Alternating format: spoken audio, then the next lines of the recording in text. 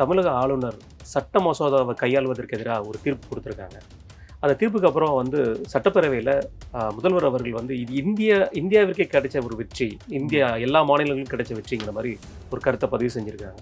நேற்று நைட்டே தமிழகம் முழுவதும் தமிழக அரசு கல்லூரியில் வேந்தர் இவர் தான், முதல்வர் தான் இனிமேல் வேந்தருங்கிற மாதிரி ஒரு போஸ்டர் ஒட்டியிருக்காங்க. வரவேற்புகளும் பல விதமாக அடங்கியிருக்கு. இதில் ஆளுநரோட அதிகாரத்தை எந்த இடத்துல பறிச்சிட்டாங்கன்னு சொல்லி திமுக கொண்டாடுது. தமிழக சட்டப்பேரவையிலே முதல்வர் அவர்கள் சொல்லியிருந்தாரு, நீட்டு தேர்வு ரத்து செய்கிறது ரொம்ப கடினமாக இருக்குன்னு. அப்படி இருக்கிறதுல இந்த அனைத்து கட்சி கூட்டம் எதுக்காது சார்? சும்மா சார், இப்போ நீதிமன்றம் ஒரு கொட்டு வச்சுக்குதுல்ல, நீ அட்லீஸ்ட்டு ஒரு அரசு ஒரு நீதிமன்றத்திற்கு கூடவா ஒரு நம்பகத்தன்மை இல்லாமல் நடக்கிறது அப்படின்னு ஒரு கொட்டு வச்சுருக்காங்கல்ல. இப்போ அதுக்கு என்ன சொல்லுவார்? அதுக்கு முதல்வர் அவர்கள் வழக்கம் போல திராவிடம் என்றதுன்னு சொல்லுவோம். இல்லை, உச்சநீதிமன்றம் சொல்லியிருந்தாங்களா அது உச்சி குடிமை மன்றம்னு சொல்லலாம். நம்ம ஊரில் சென்னையில் இருக்கிற உயர்நீதிமன்றம் சொல்லுது. அப்போ ஒரு லாஜிக்கே இல்லை பாருங்க.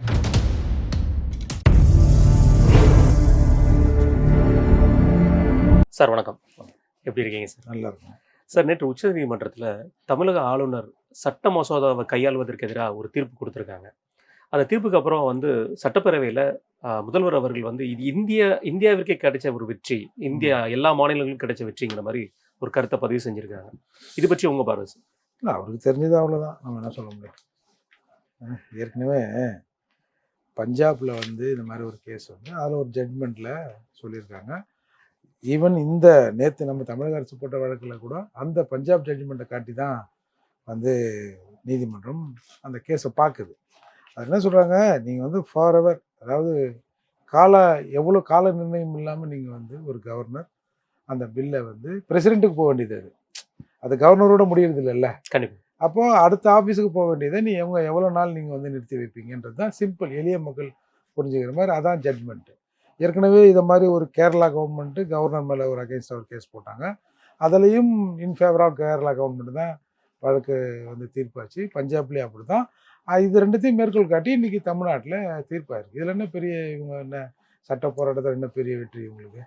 இவங்க சட்டப்பேரவையில் குறிப்பிட்றது இன்னைக்கு தமிழகம் முழுவதும் கொண்டாடிட்டு இருக்காங்க, முதல்வர் அவர்கள் ஜெயித்துட்டாரு ஆளுநரை எதிர்த்து அப்படிங்கிற மாதிரி. இப்போ இந்த தொகுதி மறுசீரமைப்பு வந்தது. அந்த கூட்டத்தை முதல்ல ஆர்கனைஸ் பண்ணது யார்? தென்னிந்தியாவும் அமைதியாக தான் இருந்தது.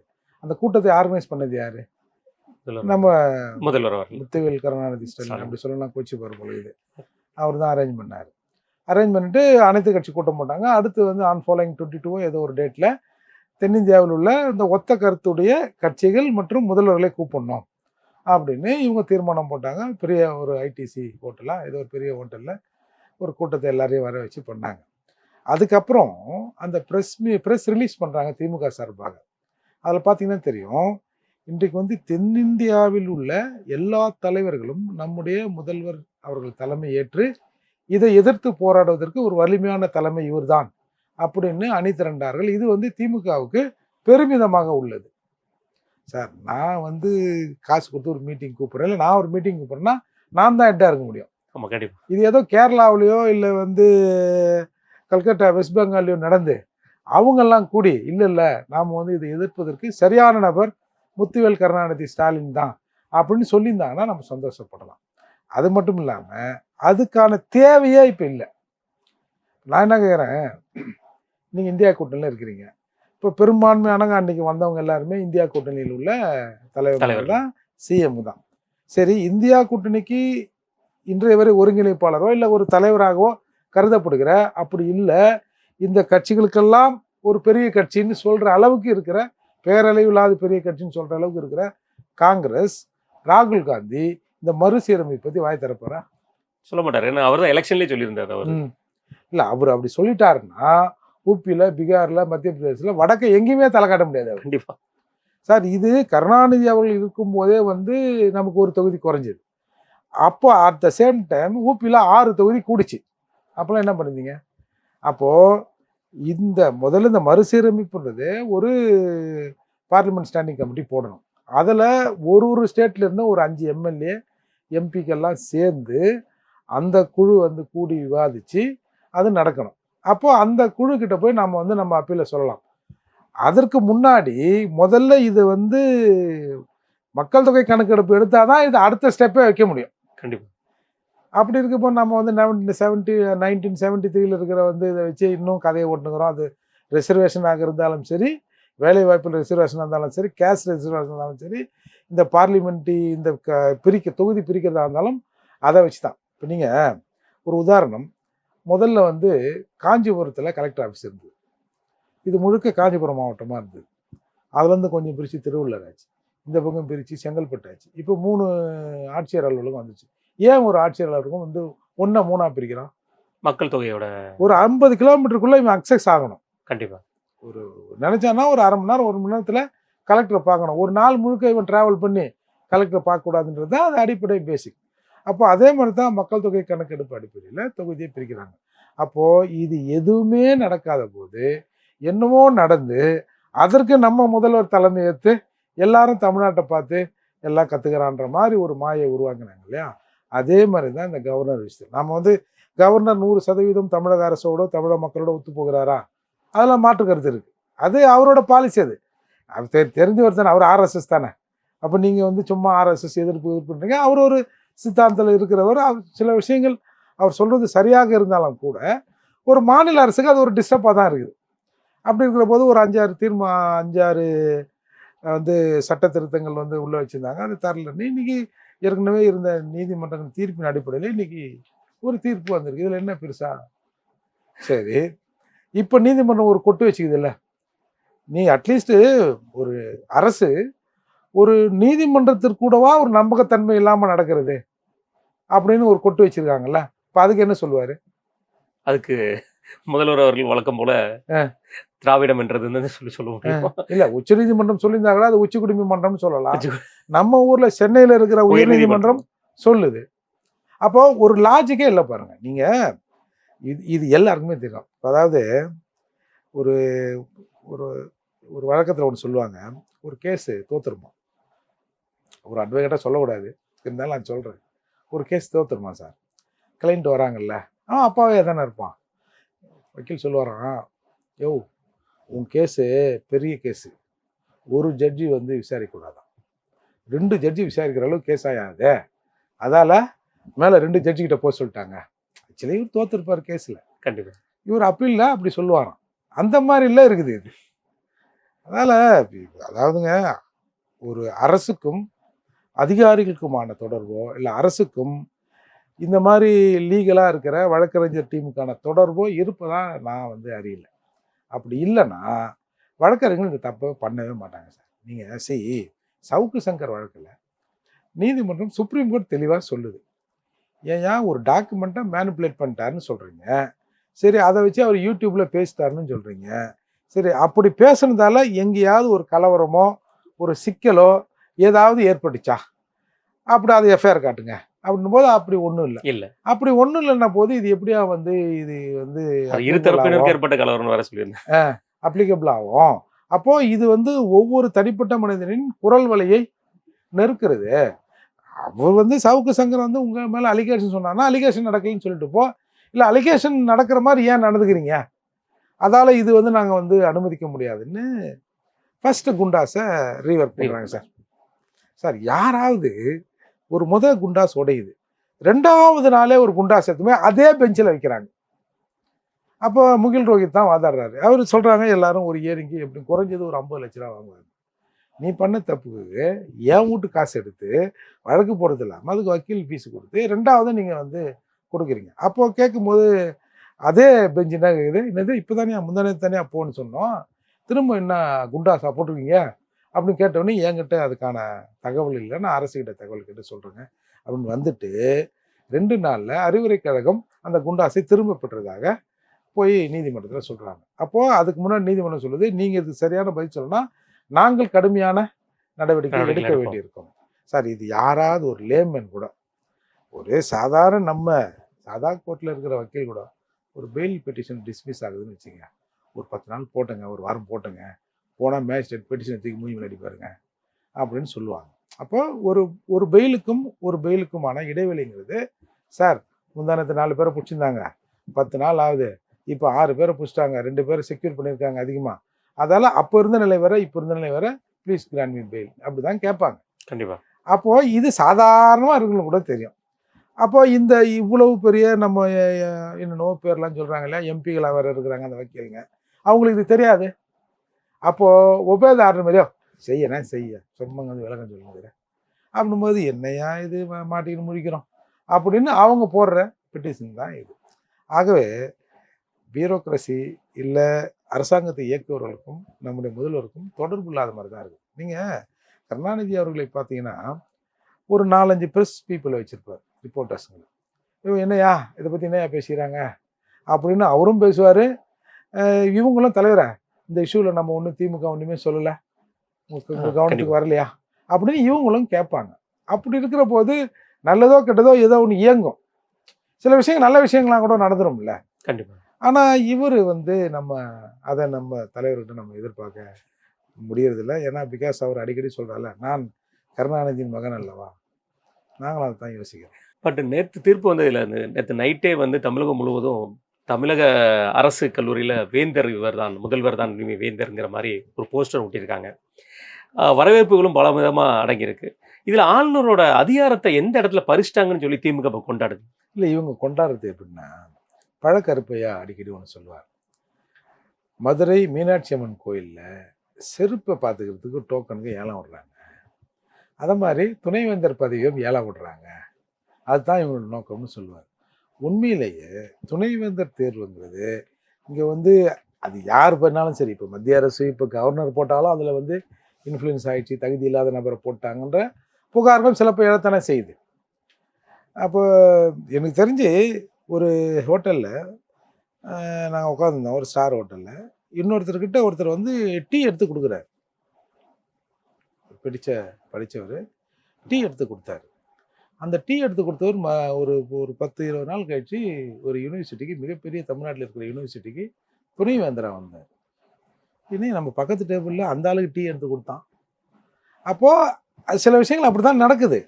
பட் இருந்தாலும் இவங்களோட நோக்கம், சார் இந்த துணைவேந்தர் போகிறது இருக்குது அது பெரிய ஸ்கேம் சார். அது எப்படின்னா, இப்போ வந்து இந்த அண்ணா யூனிவர்சிட்டிக்கு இருக்கிற இந்த இதுக்கு போட்டாங்கன்னா ஒவ்வொரு யூனிவர்சிட்டி கீழேயும் ஒரு 100-150 கல்லூரிகள். இவங்க என்ன பண்ணுறாங்களாம், ஒரு சிண்டிகேட் மாதிரி போட்டு நீ கொஞ்சம் கூட நீ கொஞ்சம் போடு, இந்த ஒயின் ஷாப்பு முன்னாடியால் எடுப்பாங்க. அந்த மாதிரி சிண்டிகேட் போட்டு ஒருத்தரை நியமிக்கிறதா சொல்கிறாங்க. அது அடிக்கடி நீங்கள் பேப்பர்லாம் வந்திருக்கு, அது கேஸாக கூட ஆயிருக்குன்னு வச்சுங்களேன்.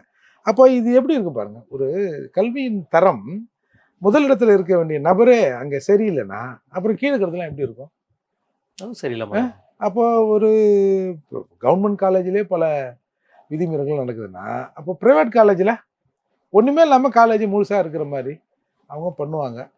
அதால் இது வந்து இவங்களோட நோக்கம் வந்து இவங்களுக்கு வேண்டியவங்கள போடணும் தான்.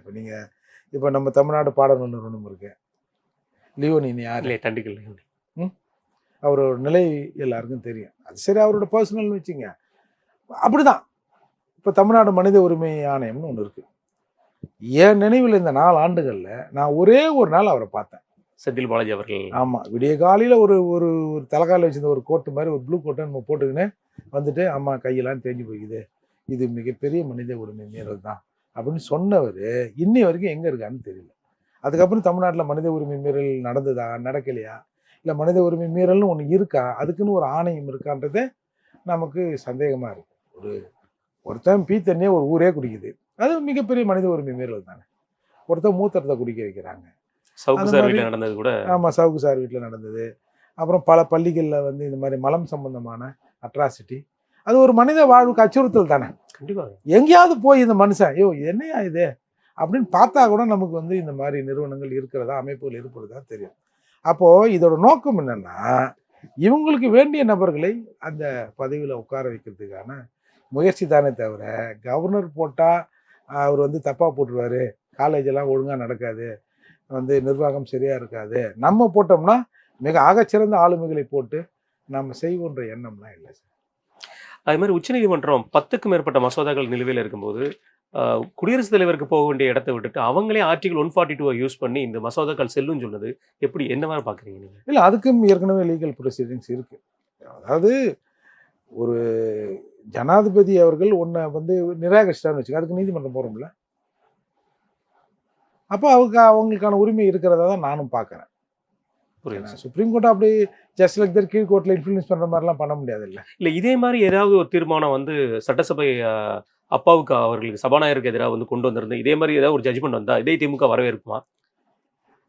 ஏன் இப்போ நீங்கள் டாஸ்மார்க் எடுத்துங்களேன், என்ன சொல்கிறாங்க சார், இது வந்து இவங்களுக்கு கிடைத்த வெற்றியாக இவங்க பார்க்குறாங்க. வெற்றி என்பது எப்பவுமே சட்டத்தின் அடிப்படையில் தான் வந்து வருமே தவிர சட்டத்துக்கு புறமாக வர முடியாது. இப்போ நீங்கள் வந்து கவர்னரை விட்ரா பண்ணுங்கன்னு சொல்கிறீங்க, இதை விட்ரா பண்ணுங்கன்னு ஒரு பெட்டிஷன் போடுங்க, அது வந்துடுமா?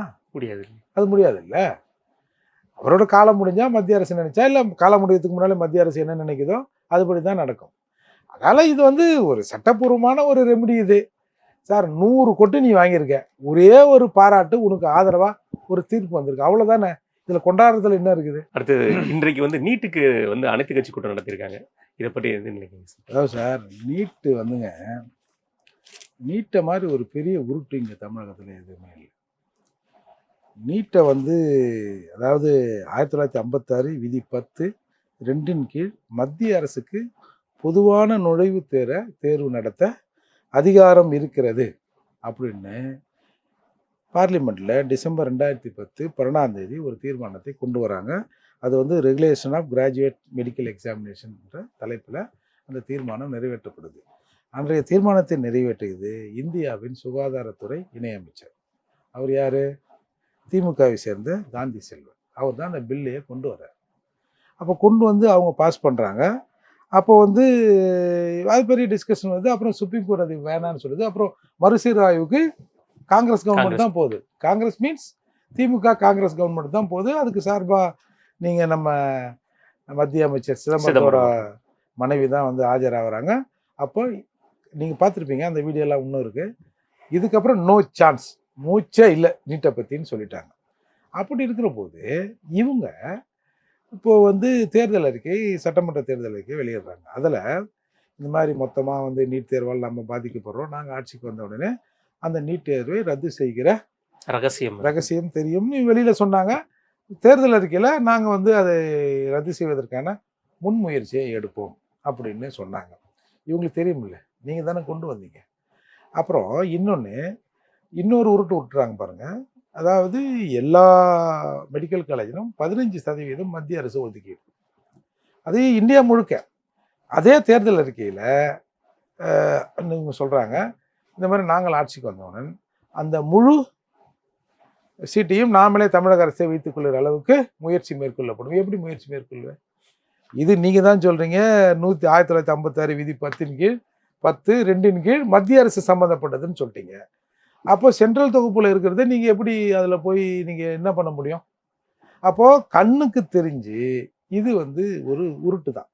அதே மாதிரி அதே தேர்தல் அறிக்கையில் சொல்லியிருப்பாங்க அடுத்த பாயிண்டில், இந்த மாதிரி ஸ்டாலின் அவர்கள் எதிர்க்கட்சி தலைவராகிற போது அனிதா அச்சீவர்ஸ் அகாடமி என்ற பேரில் ஏதோ குளத்தூர் தொகுதியில் வந்து ட்ரைனிங் சென்டர் மாதிரி நடத்தி அதில் வந்து பல்லாயிரக்கணக்கான பெண்களுக்கு வந்து அரசு வேலைக்கு போயிட்டாங்க. நம்ம கழக ஆட்சி வந்தால் எல்லா தொகுதியிலும் அந்த அனிதா அச்சீவர்ஸ் அகாடமி தொடங்கி பல லட்சம் பெண்களை அரசு வேலைக்கு அனுப்புறதும் அந்த திறனை மேம்படுத்துகிற மாதிரி நாங்கள் நடத்துவோம்னு சொன்னாங்க. இப்போ நம்ம இருக்கிற இந்த வேலைச்சேரி தொகுதி, இந்த தொகுதியில் எங்கன்னா இருக்கா? இல்லை. அதே மாதிரி இன்னும் ஒன்று சொன்னாங்க. அப்புறம் இடையில ஒன்று சொன்னாங்க, அனிதாவின் பெயரால் ஒரு 420, அதை நம்பரே பாருங்கள், 420, 420 கோச்சிங் சென்டர் வைப்போம், அதை வச்சு நாங்கள் ட்ரைனிங் கொடுப்போம் அப்படின்னு சொன்னாங்க. அதுவும் இல்லை. அதாவது சார், நீட்டு இப்போதைக்கு வராது, அதாவது ரீஒர்க் ஆகாது, நீட்டு கம்பல்சரி இருக்கும். அப்போது நீ இப்படி கூட சொல்லலாம், நீட்டை எதிர்ப்பது லட்சியம், அதாவது முன்னாடி சொன்னாங்கல்ல ஏதோ 3 படி லட்சியம் 1 படி நிச்சயம் அப்படின்னு சொன்னாங்கல்ல, அந்த மாதிரி கூட நீட்டை எடுப்பது எங்களது இறுதி இலக்கு, அதற்கு முன்னாடி எங்கள் பசங்களை நாங்கள் தயார்படுத்துகிறோம் அப்படின்னு சொல்லலாம். நீட்டில் வந்து 80% வந்து அந்த சிபிஎஸ் சிலபஸில் தாங்க கொஸ்டின் வருது. குறைஞ்சபட்சம் நீங்கள் என்ன பண்ணணும், அந்த சிலபஸையாவது நீங்கள் வந்து சரி பண்ணீங்கன்னு வச்சிங்க, பசங்களாவது ஏதாவது அதை படிச்சு கிடிச்சு போகலாம். அதையும் விட்டுட்டு ஒவ்வொரு தடவையும் வந்து நீங்கள் என்ன பண்ணுறீங்க, இப்படி தான் ஏமாத்துறீங்க. இல்லை அடுத்த தடவை வந்துடும், நீங்கள் ஒன்றும் கவலைப்படாமல் ரிலாக்ஸாக இருங்க அப்படின்னு சொல்கிறீங்க. இன்ஃபேக்ட் இன்னொரு உண்மையை சொல்லப்போனால், இன்றைக்கு நீட்டில் பல கஷ்டங்கள் இருக்கு, நானும் ஒத்துக்கிறேன். ஆனால் ஒரு காலத்தில் இந்த மாதிரி என்ட்ரன்ஸ் எக்ஸாமில் யார் நிறைய பேர் பாஸ் பண்ணாங்கன்னா ஒரு குறிப்பிட்ட பகுதி தான். அந்த சேலம், நாமக்கல், கள்ளக்குறிச்சி இந்த மாதிரி பகுதிகள் தான். ஏன்னா அவங்க வந்து 11வது வகுப்பே எடுக்க மாட்டான். டைரெக்டாக 10 முடிச்சுட்டு போய் சேர்ந்த உடனே 12 தான். அப்போ 2 வருஷமா ஒரு சப்ஜெக்டை படித்து மக்கப் பண்ணி அந்த பசங்க போய் எக்ஸாமை எழுதிருக்கு. இன்றைக்கு ஒரு 7.5% அரசு பள்ளியில் படித்த மாணவர்களுக்கு இடஒதுக்கீடுன்னு என்னமோ நீங்கள் அடிமை நீங்கள் அவராது அற்புதமாக அதை வாங்கி கொடுத்தாரு. அப்போ இன்றைக்கு வந்து ஓரளவுக்கு ஒரு 10 பேர் போகிறான்னா, ஒரு 100 பேர் போகிறான்னா, நம்ம பசங்க போயிடறனால ஒரு 10-15 பேராவது அரசு பள்ளியிலேருந்து போயிடுறான். ரிசர்வேஷனில் போகிறான், படிச்சும் போகிறாங்க, அப்படி போகிறாங்க. ஆனால் நீங்கள் என்ன சொன்னீங்க தேர்தலில், நாங்கள் வந்தோடனே ஒரு அதை 10% மாற்றிடுறோம் சார். இது வரைக்கும் ஒரு துரும்பு கிள்ளி போட்டாங்கன்னு சொல்ல. அது மட்டும் இல்லாமல் பேசிக்காக ஒன்று வந்து இவங்க தெரிஞ்சுக்கணும் சார். இங்கே வந்துங்க அரசு பள்ளியில் ஒரு 5225 சீட்டு தாங்க மெடிக்கல் சீட்டு. ப்ரைவேட்டில் வந்து ஒரு 5500 இருக்குது. ஆக மொத்தம் வந்து கிட்டத்தட்ட வந்து ஒரு 11,000 சீட்டு தான் மொத்தமாகவே இருக்குது. நீங்கள் தமிழ்நாட்டில் ஒரு 10 லட்சம் பேர் எழுதுங்க. நார்மலாக ஒரு எக்ஸாம்லையும் ஒரு நியரிங் 1,40,000 1,50,000 1,60,000 பசங்க எழுதுறாங்க. இதில் ஒரு 75% பாஸ் பண்ணாட ஒரு லட்சம் பாஸ் பண்ணான்னு வைங்க சார். 1 லட்சம் பாஸ் பண்ணால் கூட எத்தனை பேர் மெடிக்கல் காலேஜ் போக முடியும்? 11,000 பேர் தான். அதை மீறி அதில் கூட ஆல் இந்தியா கோட்டா வேறு அதில் அடங்கும். அந்த 11,000 அதில் மீறி ஒன்றுமேங்க நடக்காது. ஆனால் நீங்கள் இந்த 11,000 மக்களின் பிரச்சனை, பசங்களின் பிரச்சனை, ஒட்டுமொத்தமாக தமிழ்நாட்டின் பிரச்சனை. இப்போ நீட் இல்லைன்னா 1 லட்சம் பேர் மருத்துவர் ஆகிடுவான் அப்படின்ற மாதிரி ஒரு இமேஜை கொண்டாந்து சேர்க்குறீங்க. அப்போ அது எவ்வளோ பெரிய தப்பு உங்களுக்கு தெரியும். நீட்டை வந்து விளக்க முடியாதுன்னு உங்களுக்கு தெரியும். ஆனால் நீங்கள் என்ன சொல்கிறீங்க, நீட் ரகசியம் எங்களுக்கு தெரியுன்றீங்க. அப்போ பத்திரிக்கைலாம் நிற்கிற போது நீட் ரகசியம் என்னது, சட்டப்படி போராடுவது. இப்போ எடப்பாடி மட்டும் என்ன பண்ணிட்டாரு?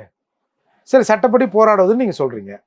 ஒரு அரியலூரில் போய் ஒரு பிளாக்கை திறந்துட்டு அந்த கட்டிடத்துக்கு பேர் அனிதான்னு பேர் வச்சுட்டு அனிதா பிளாக்னு வச்சுட்டு இதுதான் நீட் ரகசியம். நீங்கள் அப்போ பத்திரிகையாளர் கேட்குறான், இல்லை சட்டப்படி போராடுறது. சரி, சட்டப்படி போராடுறது தானே. சரி, ரெவ்யூ பெட்டிஷன் போடுங்களேன் சுப்ரீம் கோர்ட்டில். அடுத்த பெஞ்சுக்கு போடுங்களேன் பார்ப்போம். அப்போது உங்களுக்கு நல்லா தெரியுது இது நடக்காது. பட் இருந்தாலும் நாம் சார் 2 மாதம் கரண்ட் பில்லை 1 மாதம் ஆக்க முடியும்னு உங்களுக்கு தெரியுமா தெரியாது? நடக்குமா நடக்காது? பழைய பென்ஷன் திட்டம் நாங்கள் திரும்பவும் ஆட்சிக்கு வந்தால் நடைமுறைப்படுத்துவோம் தெரியுமா தெரியாதா? 58 வயசு தமிழ்நாடு அரசு ஊழியர்கள் ரிட்டையர்ட் ஆகுது. ஏன் அது 59 ஆச்சு? இல்லை ரொம்ப நல்லா வேலை செய்கிறாங்க, ஒரு வருஷம் எக்ஸ்டன் கொடுங்க அப்படியா பண்ணுது. 59 60 ஆச்சு. நிதி பற்றாக்குறை. இவங்க ரிட்டையர்ட் ஆனாங்கன்னா அவங்களுக்கு அந்த பணிக்கொடையை அரசால் தரக்கூடிய நிலையில் இல்லை. அதால் 59 ஆக்கினாங்க, அப்புறம் 60 ஆக்கினாங்க. இப்போ இன்றைய வரை இப்போ போக்குவரத்து தொழிலாளர்கள் அந்த பணிக்கொடையெல்லாம் வாங்கிட்டாங்களா?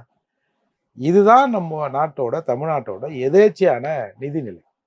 இப்படி இருக்கிற போது இதை மேலும் மேலும் சீரழிக்கிற விதமாக சும்மா வந்தோன்னா நாக்கில் இப்படி சர்க்கரை தடை விடுற மாதிரி அம்மாவுக்கு 1000, மகளுக்கு 1000, மகளுக்கு 1000. ஏன்னா அரசு பள்ளியில் படித்து கல்லூரியில் படிக்கிறவங்களுக்கு தானே 1000. ஆமாம், அது கூட தேவையில்லை. இப்போ நாங்களாம் படித்தோம், நாங்கள் கவர்மெண்ட்டில் 1000 ரூபாய் வாங்க படித்தோம். சரி, என்னையை கூட விடுங்க. எவ்வளோ ஏழைப்பாடுங்க சார். நீங்கள் நான் ஒன்று அடிக்கடி பெருமையாக சொல்லுவேன், இந்த பறையர் சமூகம் இருக்கு. நீங்கள் எந்த காலனி எடுங்க சார், எந்த ஊருக்கு போய் அந்த எங்கள் பகுதி எடுங்க சார், வீட்டில் ஒருத்தன் டிகிரி படிச்சிருப்போம். இப்போ வேங்கை வயலில் இந்த மழை தண்ணி கலந்தாங்களா அதில் சார் வீட்டுக்கு ஒருத்த பட்டதாரியாக இருக்கும். குறைஞ்சது ஒரு கிட்டத்தட்ட ஒரு 7-8 பேர் அரசு ஊழியராக இருக்கிறாங்க. மொத்த வீடு எத்தனை? 25. அப்போ ஒரு வீட்டில் 2-3 பேர் படித்தவனாங்கிறான், டிகிரி வாங்கணும்னா இருக்கலாம். அப்போ இவங்கெல்லாம் நீங்கள் கூட 1000 ரூபாய் தான் நாங்கள் டிகிரி வாங்கணுமா? அப்போ இவங்க இன்வெஸ்ட் பண்ணுறாங்களாம். இப்போ நீங்கள் இப்போ அண்மையில் பார்த்தீங்கன்னா ஏன் பொங்கலுக்கு காசு தரல? பொங்கலுக்கு காசு வாங்கி பொங்கல் கொண்டாடுறதே நமக்கு அசிங்கம்னு வச்சுங்க. இருந்தாலும் ஜனங்க கேட்குது ஏன் கொடுக்கலன்னு. ஏன் அடுத்ததால் தேர்தல் வருதில்லை, சேர்த்து கொடுத்து வரும். அப்போது இவங்க இந்த பணத்தை கொடுப்பது என்பது ஏதோ இயலாதவனுக்கு கொடுக்கறதெல்லாம் இல்லை சார். இது இவங்க இன்னும் பிரைவ் இது ரஞ்சன் தான் இது. ஓட்டை ஓட்டை விற்காதுன்னு எழுதி போடுறான். இவங்க ஓட்டை முதல்ல இருந்தே கொடுத்து கொடுத்து வாங்குறாங்க. தமிழ்நாடு சட்டப்பேரவையிலே வந்து முதல்வர் அவர்கள் சொல்லியிருந்தாரு, நீட் தேர்வு ரத்து செய்யறது ரொம்ப கடினமா இருக்குன்னு. அப்படி இருக்கிறதுல இந்த அனைத்து கட்சி கூட்டம் எதுக்காக சார்? சும்மா சார். அண்ணன் சீமான் அவர்களுக்காக கூட்டிட்டாரா? எல்லாரும் கேட்குறாங்கல்ல, நீட்டுக்கு என்ன பண்ணீங்க? சரி நான் தான் ஒன்றும் பண்ணல, நீ தான் பதில் சொல்ல அப்படின்னு எல்லாரையும் கூப்பிட்டு கேட்கறது. எவங்கிட்ட பதில் இருக்கும் இதுக்கு? ஒருத்தர்கிட்டையும் பதில் கிடையாது. சரி நான் என்ன சொல்கிறேன், இது நீட்டை விலக்கு வாங்குறது சிரமம் முடியாது. சரி நீ அனைத்து கட்சி கூட்டம் கூட்டி இப்போ என்ன எல்லாரும் ஆளுக்கு 10 MP வச்சுருக்கானா? நான் ஒரு 10 MP வச்சுருங்க திமுக, நான் போய் கேட்பேங்க, நீங்களாம் ஆளுக்கு பிரித்து வச்சுருக்கீங்களா மிச்சம் 29 வாங்கலைங்க, கொஞ்சம் சேர்ந்து கேட்போம். அப்படியா? எல்லாத்தையும் நீங்கள் தான் வச்சுக்கிறீங்க. போங்க பார்லிமெண்ட்டை வந்து கேரப் பண்ணுங்க, நான் இதை விட்டு வரமாட்டேன்னு சொல்லுங்கள். ஏதாவது ஒரு மத்திய அரசு பதில் சொல்லட்டும். அது நமக்கு சாதகமான பதிலாக பாதகமான பதிலான்றது ரெண்டாவது. நீ முதல்ல போய் கேள. எதுக்கு இங்கே வந்து கேட்டுனுங்கிற சார்? அதாவது அதாவது கர்நாடகா மொழியில் போர்டு வைக்கலைன்னா இப்போ ஒரு சட்டம் போட்டாங்க, 60% 70% கர்நாடக மொழி இருக்குங்க சார். அங்கே போய் ஒரு MP பேசுகிறாரு, இந்த சட்டத்துக்கு நீங்கள் ஒப்புதல் தரலைன்னா கர்நாடகா தனிநாடு ஆகிடும்னு. அப்படியே கட் பண்ணி தமிழ்நாட்டுக்கு வாங்க. பெரம்பலூர் ராஜா போடுறவங்களாம் எங்கேயோ ஒரு மூத்திர சந்தில் போய் தமிழ்நாடு தனிநாடு பார்த்துக்கிறியா, நாங்கள் திரும்பவும் தமிழ்நாடு கோரிக்கை எடுக்க வேண்டியிருக்கோம். ஏன் பார்லிமெண்ட்டில் பேச வேண்டியது தானே? அப்போது தெரியுதுங்களா, இது முழுக்க நாடகம் தான். அதால் அனைத்து கட்சி கூட்டங்கிறதும் ஒரு நாடகம் தான். இப்போ என்ன பண்ணுவாங்க? இப்போ எடப்பாடியார் வந்து இன்னும் புதுசாக இன்னும் ஐடியா கொடுப்பாரு. ஏங்க நான் முன்னாடியே இதெல்லாம் பண்ணிட்டு புறக்கணிப்பு செஞ்சுட்டாங்க. ஆமாம், நான் முன்னாடியே பண்ணுங்க, என்னையெல்லாம் நீங்கள் வந்து அடிமை நீங்கள், நான் 2 தடவை தீர்மானத்தை அனுப்பிச்சேன், அதையே தான் நீங்கள் பண்ணுறீங்க, என்னங்க புதுசாக பண்ணிட்டீங்க அப்படின்னு தான் அவரோட பதில் இருக்கும். அப்போ மற்ற அல்லக்கைங்கள்லாம் இல்லை இது வந்து பாசிசம் பாஜக, இது இப்படி தான் பண்ணோம், நம்ம தொடர்ந்து இது பெரியார்மன், நம்ம தொடர்ந்து இதை செய்யணும் அப்படின்னு ஒரு நாடகம். அதுவும் முதல்ல அனைத்து கட்சி கூட்டம்னா எல்லாத்தையும் கூட்டுறேன். நீங்கள் இப்போ என்ன சொல்கிறீங்க, சட்டமன்றத்தில் யாரெல்லாம் பிரதிநிதித்துவம் இருக்கிறாங்களோ அவங்கள கூட்டுறேன்னா, நம்ம மணி சொன்னார்ல, கூட்டணி என்ற பேரில் 100 அல்சேஷன்களை அண்ணா அறிவாலயத்தில் வளர்க்குறாங்கன்னு. அதுங்க வந்து என்ன பண்ண போகுது? சும்மா அப்படி வாழை ஆட்டிட்டு 2 கொலை குழைச்சிட்டு போகுது. அதெல்லாம் ஒரு பிரயோஜனம் இல்லை. இறுதியாக ஒரு கேள்வி சார், திரு கே நேரு அவர்கள் மீதும் அவங்க குடும்பத்து மீதும் வந்து இடி ரைடு நடந்திருக்கு. எதை பற்றி நீங்கள் நினைக்கிறீங்க? பிரதமர் வந்துட்டு போனால் அடுத்த நாளே அந்த இடி ரைடு நடந்திருக்கு. இல்லை, இதே ஏற்கனவே இடி வந்து ஏற்கனவே போட்ட FIRலையும் அந்த பேங்க்கில் சிபிஐ இது. அப்புறம் புதுசாக ஒன்று சொல்கிறாங்க, யாராவது ஸ்ரீரங்கம் ஒரு ஐயங்கார் ஃபேமிலியோட சொத்தை அபகரிச்சு 5 கிரவுண்டு அந்த ட்ரஸ்ட்டை 300 கோடி ரூபாய் சொத்தான் அது. இன்னும் வந்து இவங்க ஃபார்முலாம் இன்னும் அறிவிக்கலை, இடி அறிவிக்கலை. இன்றைக்கி திரும்பவும் ஏதோ விசாரணை தொடங்கியிருக்காங்க. நம்ம என்ன சொல்கிறோம், நீ 1000 நீ வந்து பழி வாங்கலாம் சொல்லு. நாங்கள் என்ன ஜனங்க என்ன கேட்குறோம், ஐயோ என்னையா கண்ணுக்கு தெரிஞ்சு ஒரு ஆளும் இவ்வளோ பண்ணுறாங்க, இந்த இடி என்ன பிடிக்குது? ஒரு நாள் மத்திய அரசுக்கும் மாநில திமுக அரசுக்கும் பிஜேபிக்கும் ஏதாவது கனெக்ஷன் இருக்குதோ, உள்குத்து எதனா இருக்குதோ? சும்மா வராங்க, ரைடு கீடுன்றாங்க, அப்புறம் என்ன எடுத்துன்னு சொல்ல மாட்டாங்க, அப்புறம் அதுக்கான திருப்பியும் ஃபாலோ அப் ஆக்ஷன் இருக்க மாட்டேங்குது அப்படின்னு ஏற்கனவே இங்கே ஒரு சந்தேகம் இருக்குது. அதால் இன்னைக்கு நேரை பிடிச்சாங்களா, எப்போ அடுத்து யாருப்பா, உடனே இவங்க சொல்கிறாங்க அடுத்து வந்து ஏவா வேலு. அப்போது இவங்க எல்லாருமே சார் இதே தான் சார். அதாவதுங்க சாதாரணமாக அரசியல்னா நம்ம கலைஞர் ஐயா சொல்கிற மாதிரி தேன் எடுக்கிறோம் நக்க தான் செய்வான், சட்டியை ஒட்டி மூடி மாட்டோம். சாதாரணமாக எல்லா விஷயங்களும் ஒரு 6% 8%ங்கிறது சர்வசாதாரணமாக இப்பயே நடக்கும் சார். இப்போ நம்ம வந்து பேசுகிறோம் ஓட்டுக்கு காசு கொடுக்குறாங்க, விலை கொடுத்து வாங்குறாங்கன்னு. இந்திரா காந்தி ஆட்சி காலத்தில் ஒரு ஓட்டுக்கு 2 ரூபா கொடுத்தாங்களாம். காமராஜர் அவர்கள் கொடுத்ததா கூட சொல்றாங்க. அதான் தெரியல. இந்திரா காந்தினா காங்கிரஸ் தானே, காங்கிரஸே வந்து 2 ரூபா கொடுத்துக்குது. அப்படிங்கும்போது இது ரொம்ப நாளாக இருக்குது சார். இதில் என்னென்னா இப்போ ஒரு ஓட்டுக்கு 10,000 15,000 நீ வெளியூருக்கு தான் உன்னை காரை வச்சு கூப்பிட்டு வரேன், அந்த அளவுக்கு இது டெவலப் ஆயிடுச்சுல. அதே மாதிரி அரசு எல்லா விதத்திலும் அரசு வந்து தவறு செய்தால் தான் எல்லாரும் பேசுகிறாங்க. ஏன்னா ஒரு 10 ஆண்டு நமக்கு என்ன கோவம் இந்த அரசு மேலே, எல்லாரும் அப்படி இப்படி இருப்பாங்க சார், அது ஒன்றும் பிரச்சனை இல்லை. அப்படி தான் நீ கட்சி நடத்தினா அப்படி தான் அதில் தான் எடுக்கணும், அதை எல்லாரும் ஒத்துக்கணும். நாளைக்கு முதல்வராக வந்தாலும் எப்பா கொஞ்சம் பார்த்து செய்யுங்கப்பா, ரொம்ப அநியாயம் பண்ணாதீங்கப்பா, அப்படி தான் நம்ம சொல்ல முடியும். அப்படி இல்லைன்னா நம்மளை கவுத்துட்டு அவன் எவனா வந்துடுவான். அப்படி இருக்கிற போது ஒரு 10 ஆண்டுகள் கழிச்சு வந்துருக்கு. உங்கள் அப்பா சாகிற காலத்தில் ஐயோ நம்ம திரும்பவும் ஆட்சியில் வர முடியலையேன்னு அந்த நெஞ்சை கொளுத்திருந்தால் அது வெந்திருக்கு கூட வந்திருக்காரு. அப்படி அவர் வந்து 50 ஆண்டு காலம் சட்டமன்றத்தில் இருந்தார், போனார் வந்தார், 5-6 முறை முதல்வராக இருந்தார்னு சொன்னவர் கடைசியில் அவர் ஆசை நிறைவேறாமல் தான் செத்தார். அப்படி இருக்கிற போது இயற்கை ஏதோ ஒரு சந்தர்ப்பத்தில் உங்கள்கிட்ட அதை கொடுக்குது.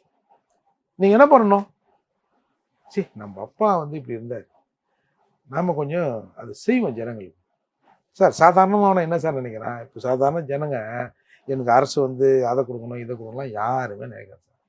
காலைல ஏஞ்சிக்கிறோமா, வேலைக்கு போகிறோமா, பஸ் ஒழுங்காக கிடைக்குதா, வேலைக்கு போகிறோமா, திருப்பி வீட்டுக்கு வரோமா, ரிலாக்ஸாக வரோமா, எந்த அசம்பாவிதம் நடக்காமல் இருக்கா, என்னை பயமுறுத்தாமல் 4 கொலை 4 கொள்ளை 4 செயின் நெருப்பு நடக்காமல் நான் ரிலாக்ஸாக வீட்டுக்கு வந்தேனா, சாப்பிட்டு நான் ஒரு டிவி பார்த்தேனா, படித்தேனா, ஆஃபீஸுக்கு போனால் என் பிள்ளை லீவு நாளா, புள்ள வீட்டில் இருக்கிறல எவனை கூட்டு போய் ஏதாவது கற்றுக்கிட்டு குத்துற போகிறான், என் புள்ள காலேஜ் போய்க்குது பொண்ணு ஒன்றும் ஆகாமல் திரும்பி வரணும், இவ்வளோதான் சார் சாதாரண நினைக்கிறான். இவன் ஒன்றும் அரசாங்கத்துக்கிட்ட வேற ஒன்றும் சிறப்பே இவன் கேட்கறதில்ல. என் வேலையை நான் பார்க்குறேங்க, உங்கள் வேலையை நீங்கள் பாருங்கள், என்னோட ரொட்டீன் லைஃப்பில் டிஸ்டர்ப் இல்லாமல் ஐயா நீங்கள் பார்த்துக்கினா போதும்னு தான் மக்கள் நினைக்கிறாங்க. அதை செய்ய வக்கு இல்லாமல் தானே அரசு நிற்கிது. அப்படிங்கிறது அப்போது இவங்க ஃபெயிலியர் தானே. இவங்க என்ன பேர் திராவிட மாடல் அது இதுன்னு சொன்னா கூட சாதாரண மக்கள் இன்றைக்கு ரிலாக்ஸாக இருக்கிறானா அப்படின்னா அந்த கேள்விக்கு எவங்கிட்டையும் பதில் இல்லை. ஆமாம்மா இருக்கிறோன்னு யாரும் சொல்ல மாட்டாங்க. அது மிகப்பெரிய, என்னை பொறுத்தவரை முத்துவேல் கருணாநிதி ஸ்டாலின் அவர்கள் செய்த மிகப்பெரிய பிழையாக தான் நான் பார்க்குறேன். மிக்க நன்றி சார், உங்கள் நேரத்தையும் கருத்து பயணிக்க.